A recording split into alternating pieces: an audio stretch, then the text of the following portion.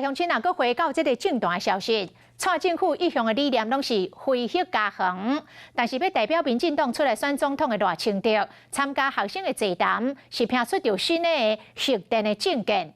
赖清德公开来表态，要甲已经停机的核能的机组，伫紧急的状况下来运用，这是引发着外界的质疑。敢讲赖清德甲蔡总统强调的2025非核加防，这个态度明显无同。啊，敢讲非核加防的政策浮动了。在野党是质疑着赖清德的讲法是政策大转弯。啊，经济部长王美花讲，需要甲各会沟通，取得社会共识。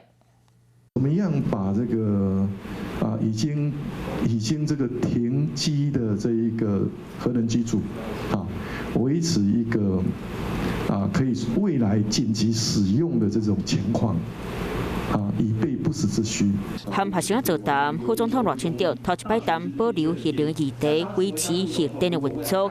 保留个蔡政府过去拢伫咧说非核加防，两个人想的敢若无啥共款。感觉民进党反核的态度冷气啊。缓和是缓假的，只是要骗选票。停机以后要维持堪用的情况，那维护费有多高？如果只是把核能当做一个后备，我相信大家也可以看到，包含核能电厂的专家以及前厂长已经打脸赖清德啊。毕竟核电的产生并不是可以马上非常快速。不过民进党内早就已经有声音，因为进前新兼林亚地区的核设董事长董祖贤，特别伫咧谈核一、核二的议题，因为爱重新派能源的黄金组合来协助检讨。不过当时行政院副院长郑文灿讲尊重董祖贤的讲法，不过袂行回头路。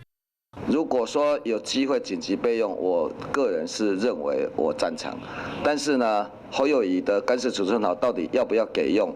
要不要给备而不用？这个可能是侯友宜要跟全国人民报告的问题。相关的讨论其实并不是指要研议极端的国安情境下，比方说像台海封锁上面，那要做什么样子的一个因应的讨论哦。不过重新启动核电敢有可能？关照过来，即马三大核电厂，核厂面对基础估计问题，早就已经开始对应作业。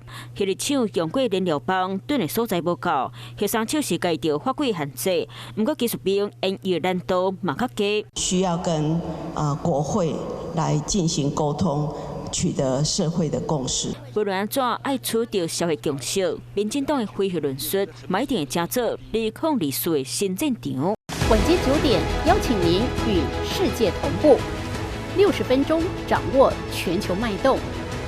World News 9，陈雅玲世界晚报给您崭新视野。